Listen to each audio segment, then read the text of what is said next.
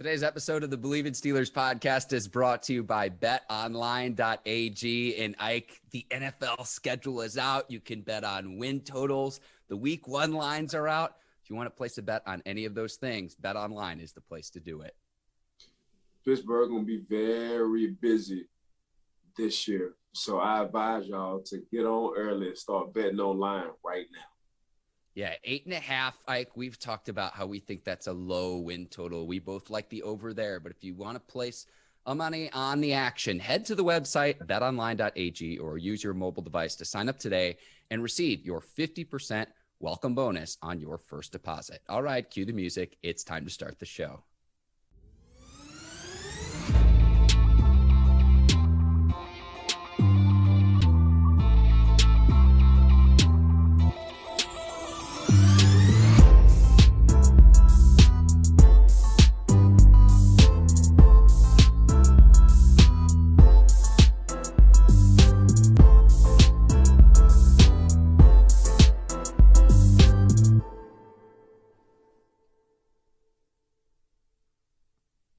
Welcome into another edition of the Bleav in Steelers podcast on the Bleav Podcast Network. I'm your host, Mark Bergin, joined as always by my guy, two-time Super Bowl champion and 12-year veteran of the Pittsburgh Steelers, Ike Taylor. IT, it's like Christmas Day all over again. The NFL schedule is out. We have an absolutely loaded show for our listeners and viewers today, but how are you doing this morning?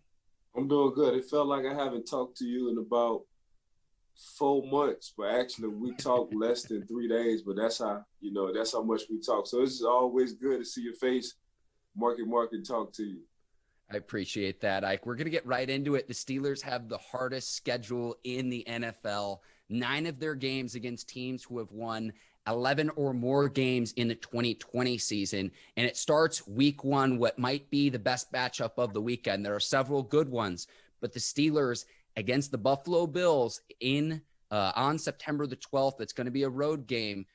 The Bills enter as a 6.5 point favorite, depending on what line you put out there. But this to me is a rematch of a matchup that we saw a season ago where the Bills handed the Steelers their second loss of the 2020 season. But really, it was the Bills who put the blueprint out there of how to beat Pittsburgh. To me, Minkah Fitzpatrick said this best, and he put this out on Twitter yesterday. This is a playoff game in week 1. You go from the frying pan right into the fire against Buffalo. It's the set your day off game. It's the set your season off game. It don't matter how you go to bed, you got to feel good getting up in the morning kind of game. It's the Najee Harris game. To say it's the, hey, Pittsburgh back to rolling, old school running this football, and it's a reason why we got this first round draft pick running back out of Alabama, Najee Harris. So that's the kind of game it's going to be. I think my personal opinion for the Pittsburgh Steelers, a debut and letting the world know we back in business, we back running this down ball. So you like Pittsburgh in week 1, Ike? That's what it sounds like. I like Pittsburgh in week 1, Mark. Wow. All right. So Pittsburgh started 11-0 to start last season.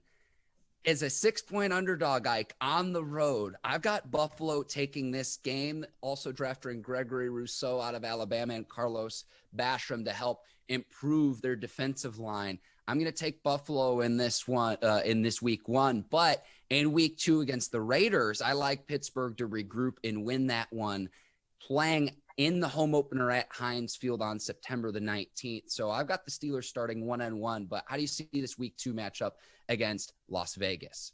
I got the Pittsburgh Steelers winning that one as well. If it was the Pittsburgh Steelers going to the Las Vegas Raiders, then maybe I say something different. It's just something about going to that black hole. We really didn't have much success, even when I played going to Oakland, now and then Vegas. But at the same time, I just like the overall big picture when it comes down to the Pittsburgh Steelers. And again, Najee Harris come back into the fact and the reason why the Pittsburgh Steelers are 2-0 to start the season.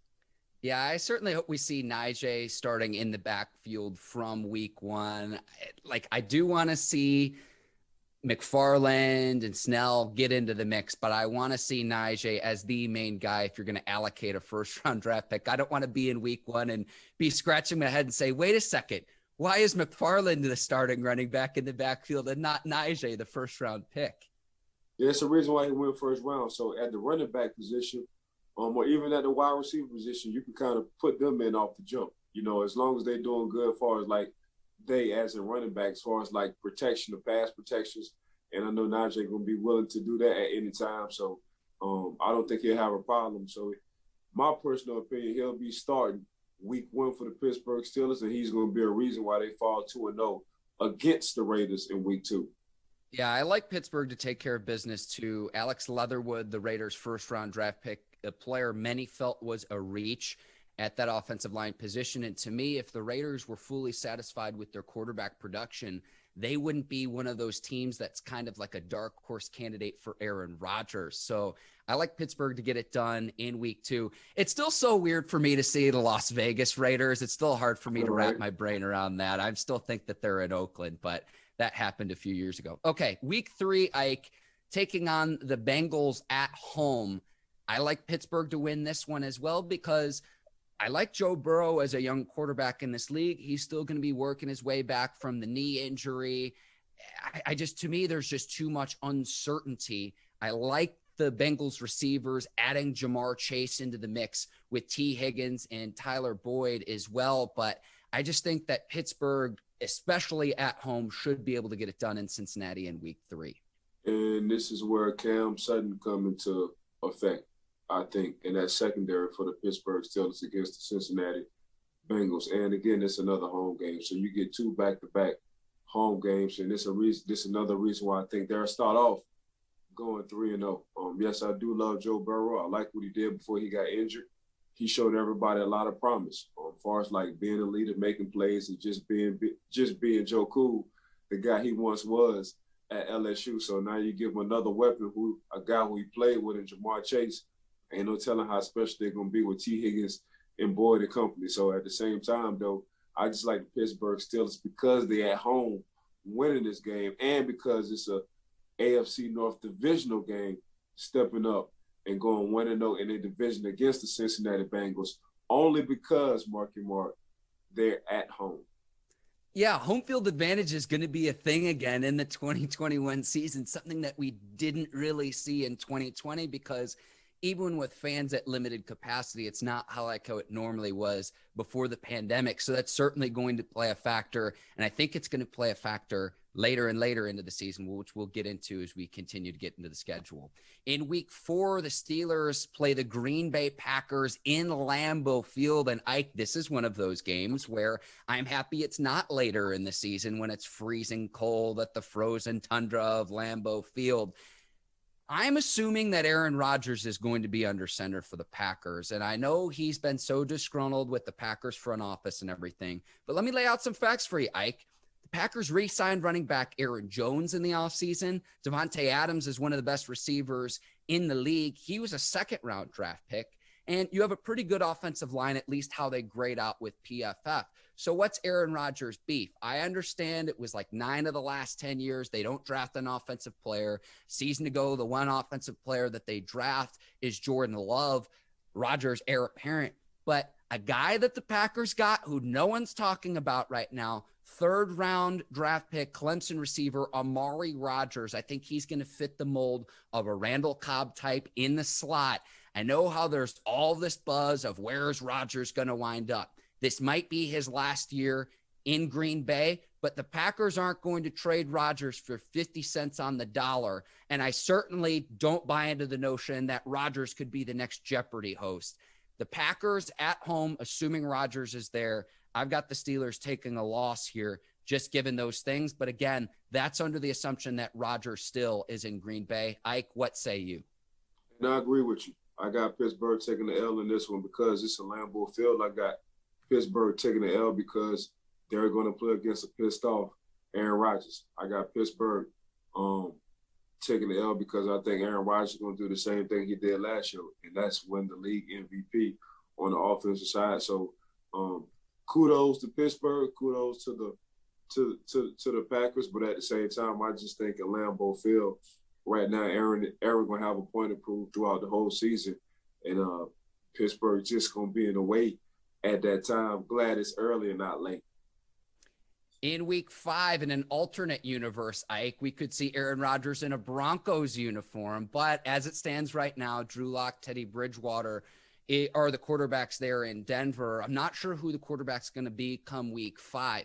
I think the Broncos team is going to be much improved this season because you get Von Miller back from injury, who didn't play a year ago. The Broncos had several other injuries. I like what they did in the draft, getting Patrick Surtain, the cornerback out of Alabama, to stop some of the high functioning offenses that you see in the AFC West with the Kansas City Chiefs. We know what the Los Angeles Chargers can do with Justin Herbert as well. I do like Pittsburgh to take care of business, though, too. And again, I go back to, you're playing a home game. You have the home field advantage at Heinz Field, but this is not a Broncos team to sleep on. Yeah, if it was the other way around, meaning the Pittsburgh Steelers had to play in Denver, maybe I'd be a little skeptical. But at the same time, like you said, man, another home game. I got the Pittsburgh Steelers winning this game as well. Got to see who the quarterback will be, whether it be Teddy Bridgewater, whether it be Drew Lock. Drew Lock. So we just need to see who it is for the Broncos. But I still got the Pittsburgh Steelers regardless. I think, they'll just be hitting a stride on learning who they are, their personality, and making plays on defense. So I got a defensive game because regardless of what they do on the offensive side for the Denver Broncos, the Denver Broncos always play good defense. So I think the Pittsburgh Steelers defense, because it's at home again, going to step up and win this game and pull it out. And I know Denver is a destination. A lot of people think Rodgers could wind up, but to me, the grass isn't always greener. You're playing, if you think the Green Bay Packers front office is inept, let me introduce you to Chicago, Detroit, and Minnesota. If you go to Denver, you've got to play Kansas City. You've got to play the Chargers. So you've got two young, improving quarterbacks that are dominant at the position in Patrick Mahomes and Justin Herbert. If you're Aaron Rodgers and you want out of Green Bay, be very, very careful because the grass isn't always greener. No, I agree with you. And that's how it is for Aaron Rodgers. But I don't think Aaron Rodgers really care about the grass is greener. I don't think he really care about some young studs who playing quarterback in the AFC. But he need to be careful and watch out because these teams have built young teams who are vibing when it comes down to age. Young teams who probably did better last year than what they thought they'd be.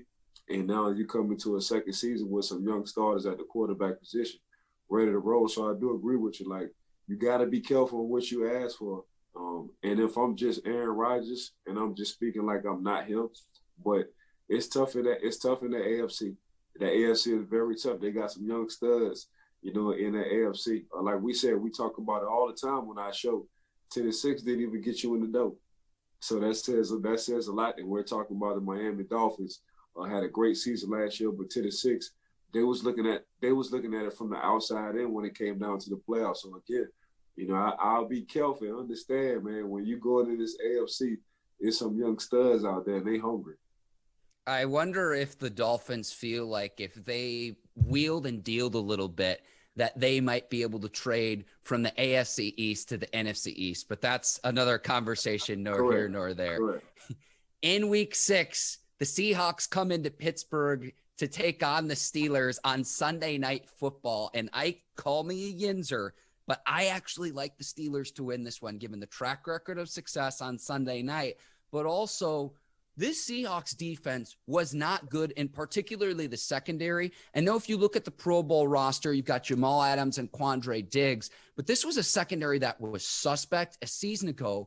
That, to me, is what Pittsburgh's strength is at the depth at the receiver position specifically.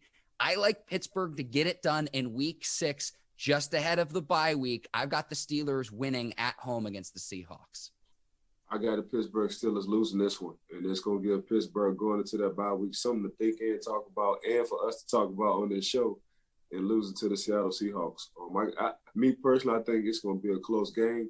But I just got the Seattle Seahawks. I think they're gonna have the same recipe, when it comes down to identity, having a younger version at the quarterback who is Russell Wilson. I think Russ gonna pull some Houdini out of his hat in Pittsburgh, and I think they're coming out with a W on this one, Mark.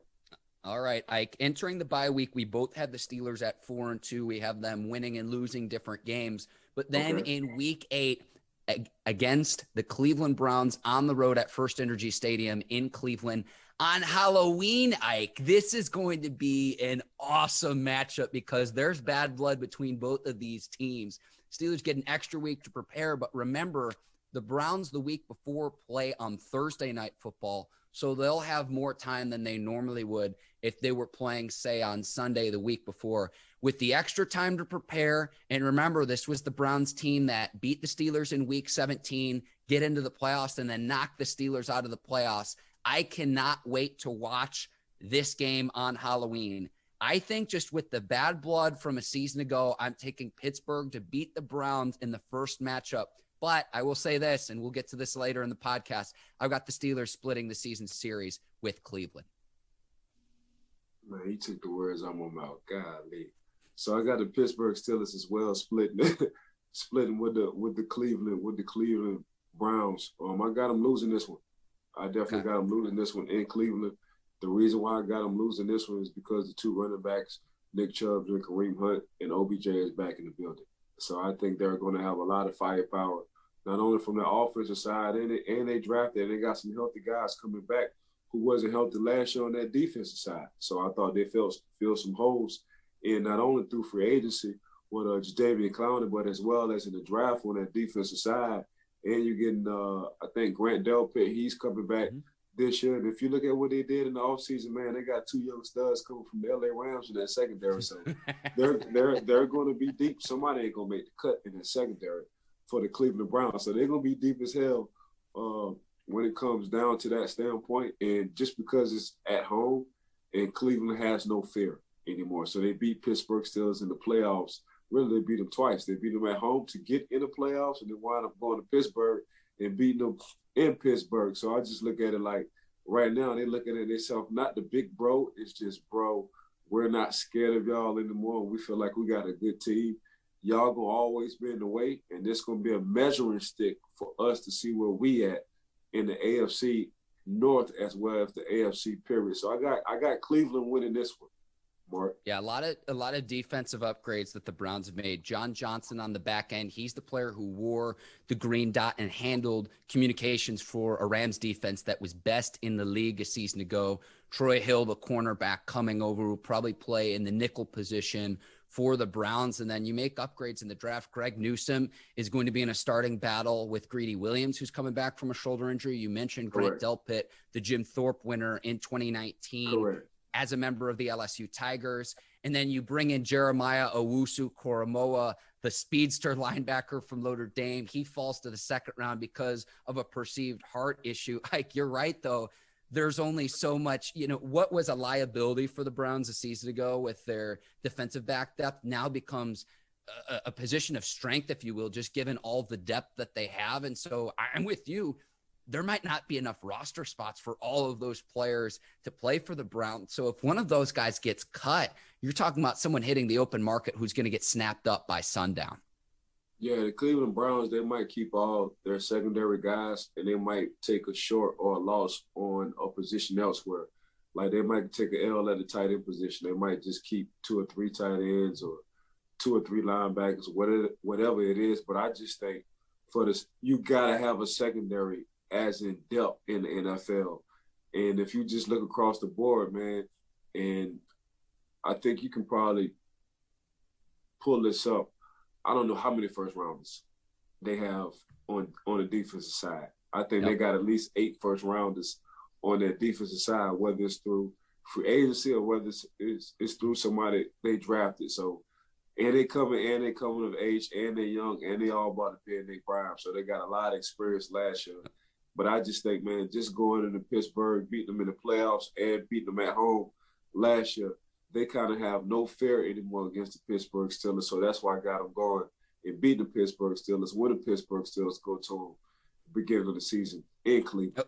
Okay. Well, I hope trick-or-treating's a little bit different, and I hope the results are flipped. But in week 9 on Monday Night Football, the Steelers will host the Chicago Bears. The big question I have going into this game is who's the starter for Chicago at this point in the season, whether it's Andy Dalton, Nick Foles, who's going to be the most expensive backup quarterback again in the NFL, or their first-round draft pick, Ohio State quarterback Justin Fields. The Bears' bye week comes after this game with Pittsburgh. I know the Bears draft Fields. They also bring in Oklahoma State's Tevin Jenkins to help anchor that offensive line. But at home, a Bears team that, while was in the playoffs a season ago, was one of those teams that was stumbling into the playoffs and wouldn't have stand a chance had they been an AFC team. I like Pittsburgh to get it done on Monday Night Football at home against Chicago.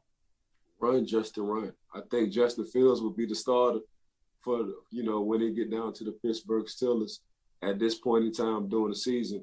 The only thing I think Justin's just going to fall short in losing to the Pittsburgh Steelers. That's how I think. But I was talking to one of my homeboys yesterday, and we were talking about the Chicago Bears because he's from Chicago and he's a huge Chicago Bear fan. I'm like, bro, don't sleep on the Bears defense. I said they just got tired throughout the season because they had to carry the team. If they had a quarterback, man, they would have had action. They only got blown out at least 2, maybe 3 games last year. They was in pretty much every game. They just couldn't outscore their opponents.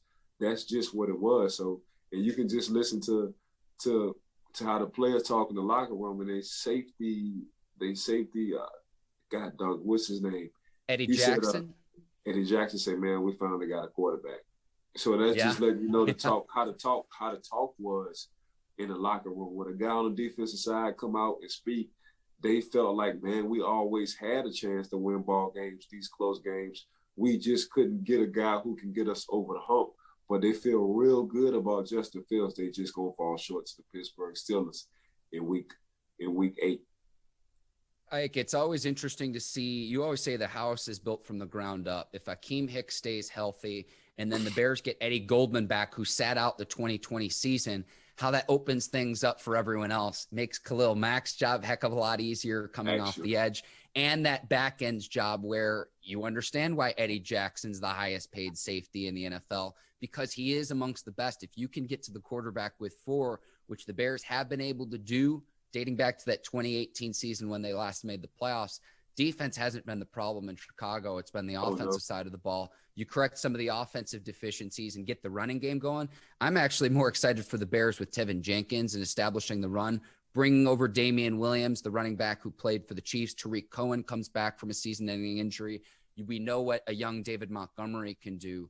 To me, it's not really so much as what kind of quarterback play do you get from Chicago, is can they effectively run the football? And it's something that they actually did do towards the back half of the 2020 season. But even said all of those things, I still like Pittsburgh at home in week 9 against the Bears. In week 10, another matchup against another NFC North opponent, the Detroit Lions, Ike. And the Lions, a rebuilding group. They got a first-year head coach in Dan Campbell, but I did like the draft pick of Penei Sewell, the Oregon offensive tackle. I thought they got great value with him. The fact that he fell to the 7th pick was unbelievable to me. Right. He'll do a good job of keeping Jared Goff upright, but this is a Detroit team that you got to take care of business, especially at home. The Steelers have a really tough schedule. Like, this is one of the games where it's like, this is a must-win game for the Steelers. Yeah, and I don't think they're gonna have a problem winning this game, Mark. I like the first round draft pick in Penei Sewell. I think that's gonna be their personality. If anybody needs to watch Penei Sewell and what he did at Oregon, all he did was smash faces and play angry throughout the whole entire game. So that's gonna be their personality, I think, and that's coming from their head coach. Now on the second side, I'm just looking at the Pittsburgh Steelers just winning this ball game. I think Detroit just overall in general will struggle this year. Now, when it comes down to draft picks, we can talk about a lot of teams, but pound for pound and good grades and A pluses and B minuses and B pluses, a lot of people got the Detroit Lions like A minus, A plus when it came down to this draft. So they did draft well this year. They're just gonna come short again because it's their first year together to the Pittsburgh Steelers in week 10. Okay, in week 11, Ike, the Chargers go on the road out to Los Angeles to take on the Los Angeles Chargers on Sunday Night Football. Ike, you told me this last year. I remember when the Steelers were playing the Jags, you're like, the nice weather kind of goofs things up this late in the season. Rashawn Slater, the offensive tackle out of Northwestern, is going to protect Justin Herbert coming off a rookie season where he won Offensive Rookie of the Year. Derwin James, the safety, coming back from a season-ending injury. He's back for the Chargers as well. I know that the Chargers are kind of like the sexy pick if you don't want to pick the Chiefs to win the AFC West again, but this is going to be a tough game for the Steelers. I have them taking a loss here in week 11.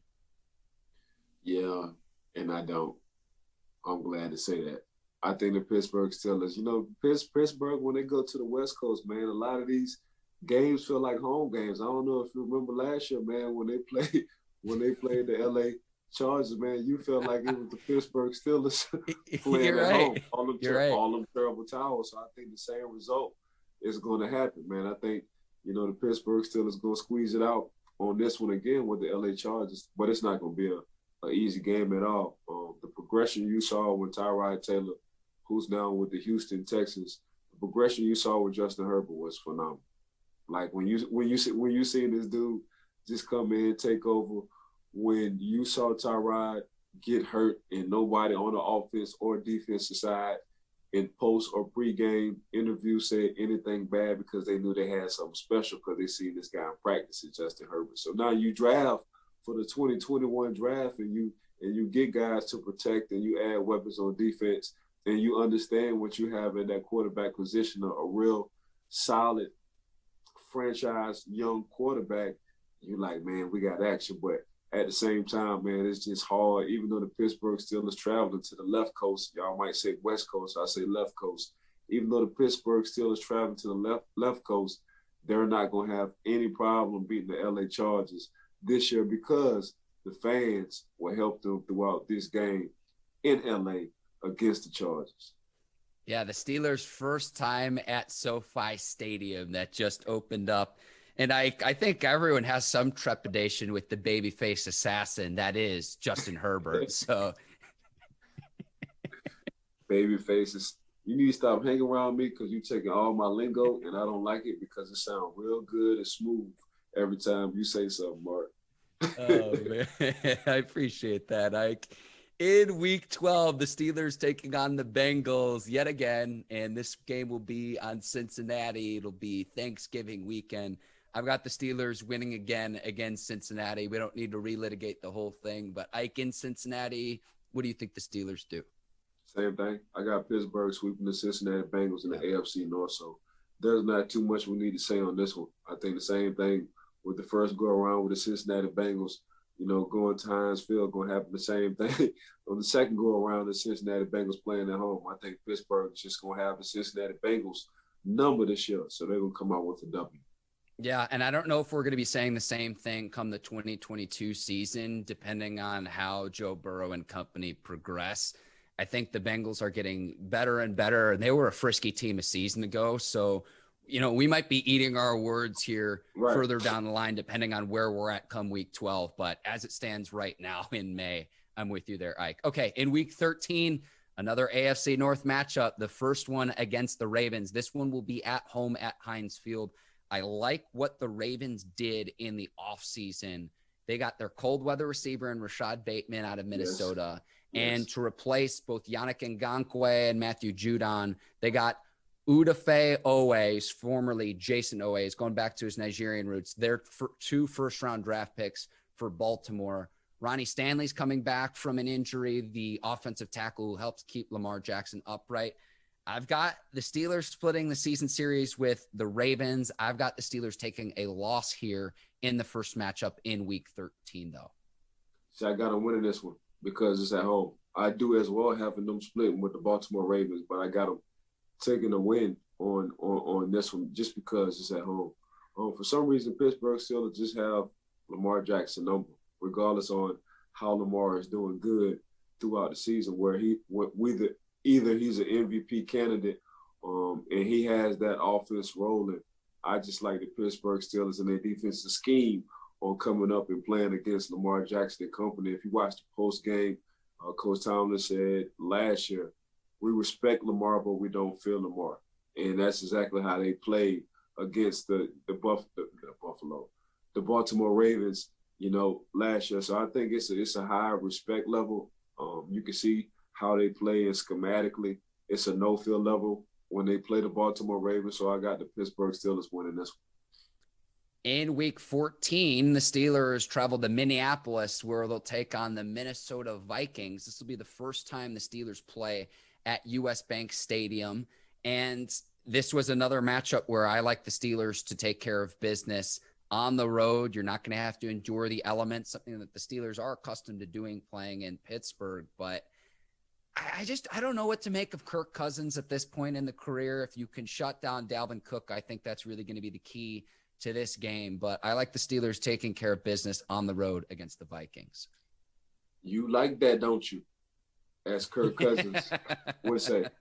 And I got the Pittsburgh Steelers losing to the Vikings in this one in week 14. Yes, this is my upset against the Vikings. I like what the Vikings and Coach Zimmer did in the draft, 1. 2, getting some competition for Kirk Cousins, even though they said it wasn't no competition on drafting Kellen Mond, the quarterback from Texas A&M. I still think competition brings the best or the worst out of somebody, even though Kirk Cousins is solidified because he's going to get paid a lot of money on his salary this year, for the 3rd time. But at the same time, it's just having that competition, a young quarterback who's big, strong, athletic. Even though you don't kind of fear him on taking your job, they drafted him for a reason. So be careful and watch over your shoulder. So I think, honestly, Kirk Cousins will have a good season this year. And this is where I think, the Pittsburgh Steelers going to fall to the Vikings because of Dalvin Cook and that running game. Okay. Ike, in week 15, and this last 4-game stretch is just brutal. If you look at the 2020 records, the Steelers take on the Tennessee Titans. It will be a home game. The Titans are one of those teams, though, Ike, where I think that the Titans fall off in 2021. I think the Titans fall off, and let me explain why. They lose their offensive coordinator, Arthur Smith, who's now the head coach of the Atlanta Falcons. Wide receiver Corey Davis is gone, and tight end Jonnu Smith is gone. We all know there's a reason King Henry is King Henry, and he wears that crown. But you take away the safety blanket that those two pass catchers, what they can do on the outside to make Ryan Tannehill's life easier. I understand you still have A.J. Brown, but you put 8 guys in the box to stop Derrick Henry. You can double A.J. Brown on the outside. What is your counter if you're the Titans? And that's a big question that I think that Tennessee has coming into the 2021 season. I like Pittsburgh to take care of business in this one for those reasons. Me as well. I got Pittsburgh winning this game.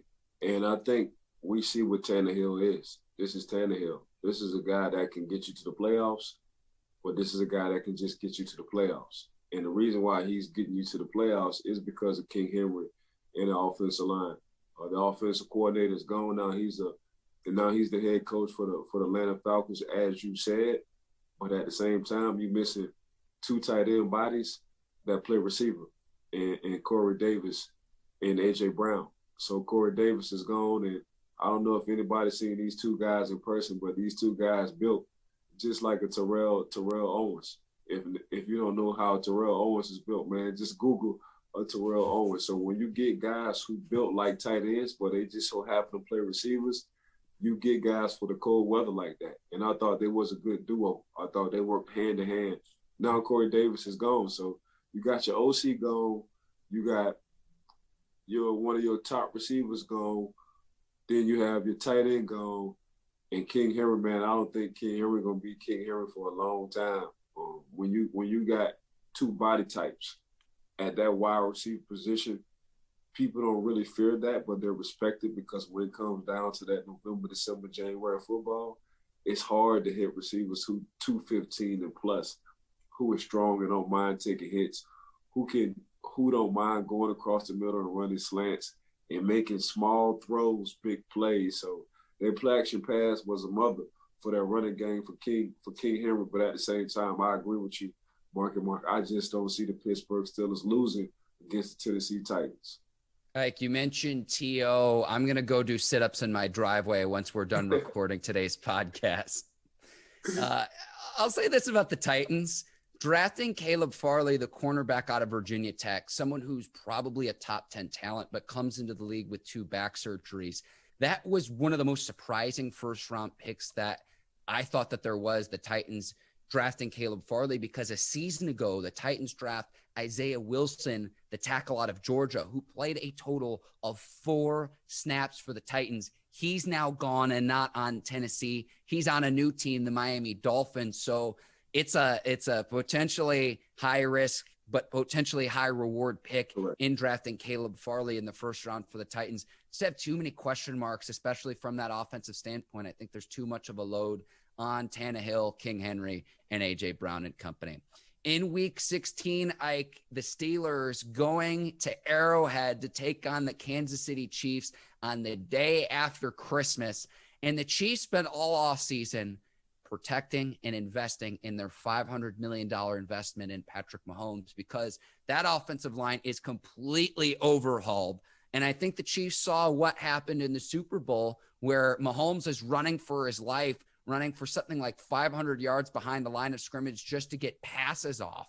And so I think this offseason, where it was like, look, we've got to keep him upright so he can distribute the ball out to our playmakers in Tyreek Hill, in Travis Kelce, and the rest of the players on the Chiefs offense. I just think the Chiefs are going to come out with a vengeance in 2021, coming off a loss in the Super Bowl. And I think this is where we're going to see what Mahomes is really made of and what kind of leadership he has. This is going to be a really tough task. I've got the Steelers taking a loss here on the road at Arrowhead, which also, by the way, is one of the loudest stadiums in the NFL. Yeah, I agree with you. And the only reason why I got the Pittsburgh Steelers taking the loss on this one, Mark, is because no Bud Dupree. And we watched T.J. Watt and Bud Dupree probably be the top duo when it comes down to that linebacker at the outside linebacker position. So when you saw Bud Dupree get hurt, you saw kind of the decline on that defensive side, because they was already struggling because of Devin Bush. He got hurt earlier during the season. So the only reason why I got Pittsburgh losing this game, and they're going to lose a couple of games, is because of Bud Dupree's departure. Bud was there. I thought, Pittsburgh would have a shot on beating the Kansas City Chiefs. We all saw what happened in that Super Bowl and that front four getting to a wobble offensive line and stopping, Patty Mahomes and doing Patty Mahomes things. But this year, man, I just can't see it. I think, as a staff, you can have a huge ego going into games. And I was at that game, that Super Bowl game, my son and I, and they just looked too overconfident. They, as in the Kansas City Chiefs, and thinking, man, they were just going to walk in and just win the game. You can see it in the body language. But in the offseason, they took so much of a butt whooping during that Super Bowl. They understood ASAP, bro, we got to get our offensive line intact. And for me to see what they did in the draft, in the offseason, in protecting Patty Mahomes, I felt like that was a huge leap, not only leap, but growth. Not only growth, but really putting your ego to the side and not saying, we can always put it on Patrick Mahomes to bail us out. At some point in time, you have to protect him. And I didn't think the Kansas City Chiefs would have thought to do that as early as they did this year. And they did exactly what I thought they wouldn't do. I just thought they would take them a year or two to be like, okay, we really can't rely on Patty Mahomes and get us out of games. And I think it was kind of a blessing in disguise to so say for them to lose the way they lost to Tampa and relying on Patty Mahomes, then figuring out, no, this is something we can't do because this will be the recipe to every other team who play us, get a front four who can dominate our offensive line and have this young man scrambling. And we just signed this guy to a 10-year deal. So that's the smartness, I thought, and the ego to the side on the Kansas City Chiefs, front office and coaching staff. But getting back to what you said, I just got the Chiefs winning this one. Man, it's hard to play in Arrowhead. It's hard as hell. It's loud as hell. The stadium isn't pretty at all. The people right up under you, you can smell the barbecue coming out their breath, and it's loud. So that's just how it's going to be. I got the Pittsburgh Steelers losing this one, too, as well, against the Chiefs at Arrowhead. Orlando Brown, the big offseason acquisition for the Chiefs in the trade with the Ravens. And at first, I'm like, great, the Steelers don't have to go up against this guy twice a year. And then sure enough, schedule comes out, and we knew that the Steelers were going to be playing the Chiefs, but that's a huge acquisition. And just like I said, he's one of several players that the Chiefs brought in. Mahomes is a great off-script passer, among the best in the league, but you cannot operate an offense to where you're doing that play after play after play after play. And that's what we saw in the Super Bowl, to where get him some throws on script, and then those off-script plays, you don't have to rely on him hitting the moon ball, the home run ball on every single play to try to get you back in a game.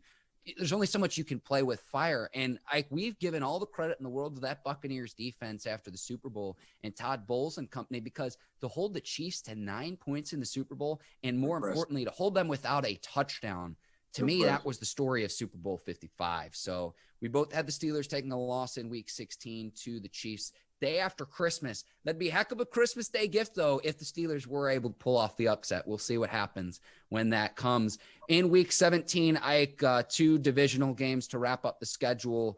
Browns at Steelers. You've got the you've got the Steelers winning this one because it'll be a home game at Heinz Field on January the 3rd.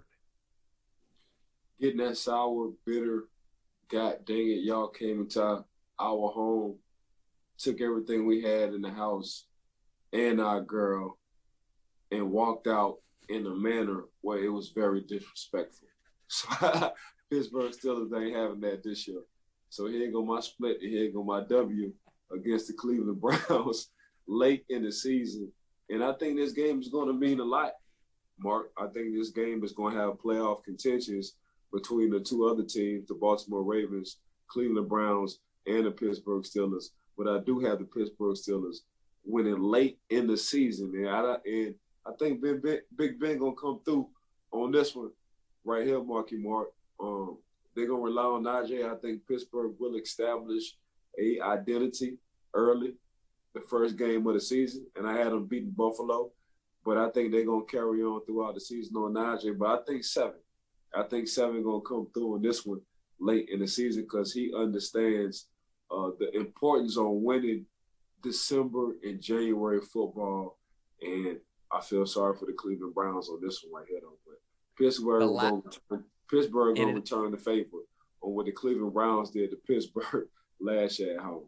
I see what you did there, Ike, and this will be the last Monday Night Football matchup that we see during the 2021 season.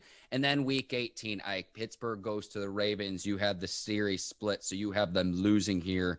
I have the Steelers winning to finish out the season. I had the Steelers losing to the Browns in week 17. We just flipped those games. See, to me, Ike, it's like you go on the road and you've got, there's less pressure. You don't have the pressure of the home stadium, but I understand the noise and the raucous that the crowds can provide that home field advantage. I'm so excited that we're going to have that again this upcoming season. I'm happy we had a football season in 2020, but it was something we certainly missed out on. Yeah, it's a lot of energy, I think, they're going to put into that Cleveland Browns game because they feel disrespected. It's a lot of energy I think they're going to put into that Cleveland Browns game because it's late in the season. It's a lot of energy I think they're going to put into that Cleveland Browns game because it's going to be a playoff picture or scenario, so say. So that's why I have them losing to the Ravens at the end of the season. So this is going to determine, who matches up where, depending on whether you're the 1-4, whether you're the 1/3 or 5th seed in the AFC. So I got the Pittsburgh Steelers losing and splitting against the Baltimore Ravens as well. To recap, Ike, I've got the Steelers going 11-6. You have the Steelers at 12-5. And we were right on the money a season ago. It's weird to say that it's 17 games and I have to do live math, and you should see my notes because I was going game by game, keeping track here. Right. But, it's weird to say 17 games, but a year ago, I just want to point out to the listeners, if you think we're being yinzers, we were right in the middle, Ike, because You had them going, I think 13-3. I had them at 11-5, and they finished the regular season 12-4. So I just want to say this, and they'll give us ourselves a pat on the back. We're usually pretty spot on with our picks. No question. It's just like you say tomato, I say tomato, but we both eating the same damn vegetable. As we start to wrap up here on today's show, Ike, I want to give you a shout out. Always appreciate you doing the podcast. The Bleav Podcast Network, Courtney Vargas and her team over at Brinks TV. Courtney, our producer, our show sponsor, Bet Online, and to the listeners and viewers. And Ike, you're out in Las Vegas right now promoting your new cigar line as well. Tell the listeners and the viewers about that. Yeah, so they got a cigar convention going on in Vegas. I'm pumping it. You can check it out at Howard G Cigars on Instagram. It's a one-of-a-kind, my cigar. That's the name of my cigar, one-of-a-kind. It's 20%, Lancaster, PA tobacco, and 80% Nicaragua tobacco is wrapped in the Connecticut leaf. So go check us out. Go check us out, man. Just been smoking cigars, networking out in Las Vegas. Whatever you do in Las Vegas stays in Las Vegas, and I done smoked at least 17 cigars. So I'm just going to let y'all know right now, my respiratory system needs some help if y'all can help me. But that's just what it is, man, when you networking and you got a vision. And I'm very passionate about what I'm doing with these cigars and just put myself in front of people who've been in this cigar industry for years. I'm talking about since the 40s, 1940s. So I'm shaking hands with a lot of people. But a good thing about what I like about what they're saying about my stick is it's a great smoke. And usually smoking cigars is like drinking red wine. When your red wine drinkers, they only like a few red wines they like to drink. They don't really venture out. And that's the same thing as cigar smoke. So these guys smoke my cigars. And so far, I'm going to knock on wood, man, it's been nothing but good news. So, man, I'm shaking hands, networking, learning a lot right now with this convention. Cigars just like wine and art, man. The longer it age, the better off it will be as far as like smoke. So this is something new for me, man. I'm glad I did come out, even though it's a short trip. I'm glad I did come out. And I'll post a few pictures. Ed Reed has a cigar coming out as well. I don't know when, but if anybody follow Ed Reed, he's heavy on cigar smoking. And he took his time just as well as me as going into the outlets in other countries and seeing the tobacco and seeing how it's made, going into the factories as well. So, man, it's just a good time for me right now. But again, man, go check us out. Howard G Cigars on Instagram. My line is one of a kind, all pro series. I want to give a shout out to you as well. Got to give a huge shout out to Bet Online. They've been rocking with us since day one. So anything you want to bet on, whether it's sports related, any kind of category you can think about, you can go to Bet Online and just bet on whatever you want to. Got to thank Miss Courtney at Brinks TV for always hooking us up. This show has always been a show, I thought, but now I feel like it's a complete show when it comes down to when you're watching us online and seeing what we have from the music to week 1, week 2, and all the graphics and everything. So I got to thank her and her team. Got to give another shout out to the Bleav podcast for giving us a shot and a chance and rocking with us as well. Yeah. So I like to look at things as being a family. We all doing this depending on each other's schedule and everybody finding time for each other. So I just respect the whole process. So I just want to give a shout out to the whole Bleav and Steelers team, Ms. Courtney at Brinks TV, you as well, Bet Online for rocking with us. Make sure y'all rate and review us with the 5 stars, please. I'm sitting in the hotel. Hopefully it's 5 stars because I'm just that bougie. So if you want to get bougie about our shows, make sure you put that 5 for us with the stars. So want to appreciate everybody for just tuning in and listening as well. Just like your cigar line is top of the line, this show, the Bleav in Steelers podcast, also among the elite. I'll go ahead and sign off here for the both of us. For Ike Taylor, I'm Mark Bergin. Thank you for listening to the Bleav in Steelers podcast. We have some exciting guests coming up in the next few weeks. Yes, sir. Next few weeks. So stay tuned. Take care. So long, everyone. And we'll see you next week. Peace.